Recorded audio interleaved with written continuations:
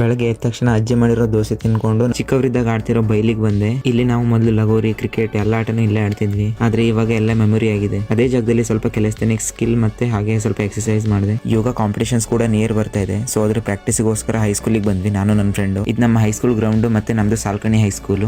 Upcoming ಯೋಗ competition ಅಲ್ಲಿ ನಮ್ದು rhythmic peer event ಇದೆ. ಸೊ ಸ್ವಲ್ಪ ಡಾನ್ಸ್ ಮತ್ತೆ ಯೋಗ ಮಿಕ್ಸ್ ಮಾಡಿ ಮಾಡ್ತಾ ಇರೋದು. ಪ್ರಾಕ್ಟೀಸ್ ಆದ್ಮೇಲೆ ನಮ್ಮ ಹೈಸ್ಕೂಲಿನ ಹಳೆ ಮೆಮೊರೀಸ್ ನೆಲ್ಲ ರೀಕಾಲ್ ಮಾಡ್ತಾ ಬಂದ್ವಿ. ಗಂಡೋದ್ರ ಪಕ್ಕದಲ್ಲೇ ಪೆರ್ಲೆಕಾಯಿ ಎಲ್ಲ ಕೊಯ್ಕೊಂಡು ತಿಂತಾ ಇದ್ರು. ಸರ್ ಬಂದ್ರೆ ಓಡ್ತಿದ್ರು. ಸಿಕ್ಕಾಪಟ್ಟೆ ದೊಡ್ಡ ಫೈಟರ್ಸ್ ಆಗಿತ್ತು. ಇದೆ ಇವ ಅಭಿಷೇಕ್ ಅಂತೂ ಅಲ್ಲಿ ಎಲ್ಲಾರನು ಫೈಟಿಂಗ್ ಎಲ್ಲ ತಪ್ಸಕ್ ಹೋಗೋವಾಗಿದೆ ಇವ.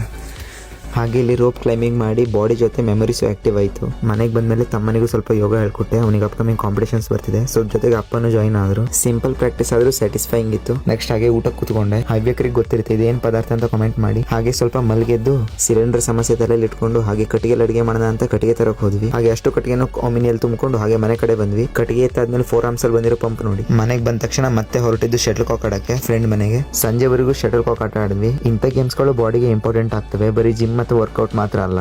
ಮನೆಗೆ ಬಂದ್ಮೇಲೆ ತಮ್ಮನ ಹತ್ರ ಸ್ವಲ್ಪ ಮಸಾಜ್ ಮಾಡಿಸ್ಕೊಂಡೆ. ಅದಾದ್ಮೇಲೆ ನನ್ನ ಆಸ್ ಯೂಶುವಲ್ ಯೋಗ ಮತ್ತೆ ಕೆಲಸ್ಥೆನಿಕ್ಸ್ ಪ್ರಾಕ್ಟೀಸ್. ಇವತ್ತು ಆಲ್ರೆಡಿ ತುಂಬಾ ಆಕ್ಟಿವಿಟೀಸ್ ಆಗಿತ್ತು, ಬಟ್ ಆದ್ರೂ ಪ್ರಾಕ್ಟೀಸ್ ಮಿಸ್ ಮಾಡಿಲ್ಲ. ಇವತ್ತಿನ ಫ್ಲೇವರ್ ಬಂದ್ಬಿಟ್ಟು ಮ್ಯಾಂಗೋ. ಪಕ್ಕ ಮ್ಯಾಂಗೋ ಜ್ಯೂಸ್ ತರಾನೇ ಇತ್ತು ಇವತ್ತಿನ ಪ್ರೋಟೀನ್ ಶೇಕು. ಅಮ್ಮ ಹೇಳ್ತಿದ್ದ ಪಕ್ಕ ಮ್ಯಾಂಗೋ ಕ್ಯಾಂಡಿ ಅಂತ. ನೆಕ್ಸ್ಟ್ ಊಟ ಮಾಡಿ ಮಲಗಿದ್ದೆ. Okay bye, good night.